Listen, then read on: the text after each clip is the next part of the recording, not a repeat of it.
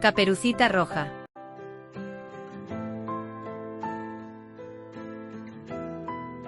Había una vez una niña llamada Caperucita Roja, así llamada por el hermoso abrigo rojo que siempre llevaba puesto. Un día su madre le pidió que llevara una cesta de comida a su abuela, que vivía al otro lado del bosque. Caperucita Roja se puso contenta por tener la oportunidad de visitar a su abuelita, a quien quería mucho. Tomó la cesta llena de pan, mantequilla y miel, y se dispuso a cruzar el bosque. Mientras caminaba, un lobo astuto la observaba desde detrás de los árboles. El lobo tenía hambre y planeaba hacer algo malo. ¿A dónde vas, Caperucita Roja?, preguntó el lobo tratando de sonar amable. Voy a visitar a mi abuelita, que está enferma, y llevarle esta comida, respondió inocentemente Caperucita. ¡Qué buena niña eres! ¿Puedo saber por dónde vas para poder llegar más rápido?, insistió el lobo. Caperucita, confiada, le contó al lobo el camino que iba a tomar. Sin embargo, el lobo tenía otros planes.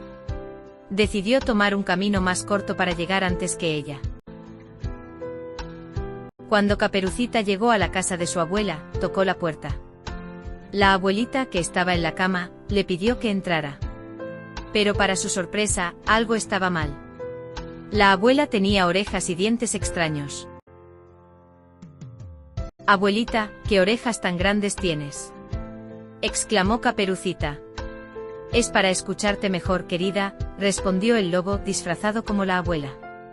«Abuelita, ¿qué dientes tan grandes tienes?», dijo Caperucita, cada vez más asustada. «Es para comerte mejor, mi querida», dijo el lobo mostrando sus afilados dientes. En ese momento Caperucita se dio cuenta de que no era su abuela, sino el lobo disfrazado.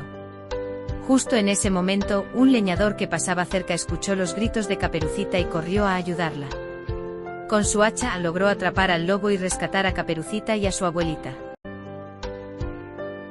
Desde ese día, Caperucita Roja aprendió a no hablar con extraños en el bosque y a ser más precavida cuando estaba sola. Y la abuelita y ella vivieron felices para siempre, con muchas historias que contar sobre su aventura en el bosque.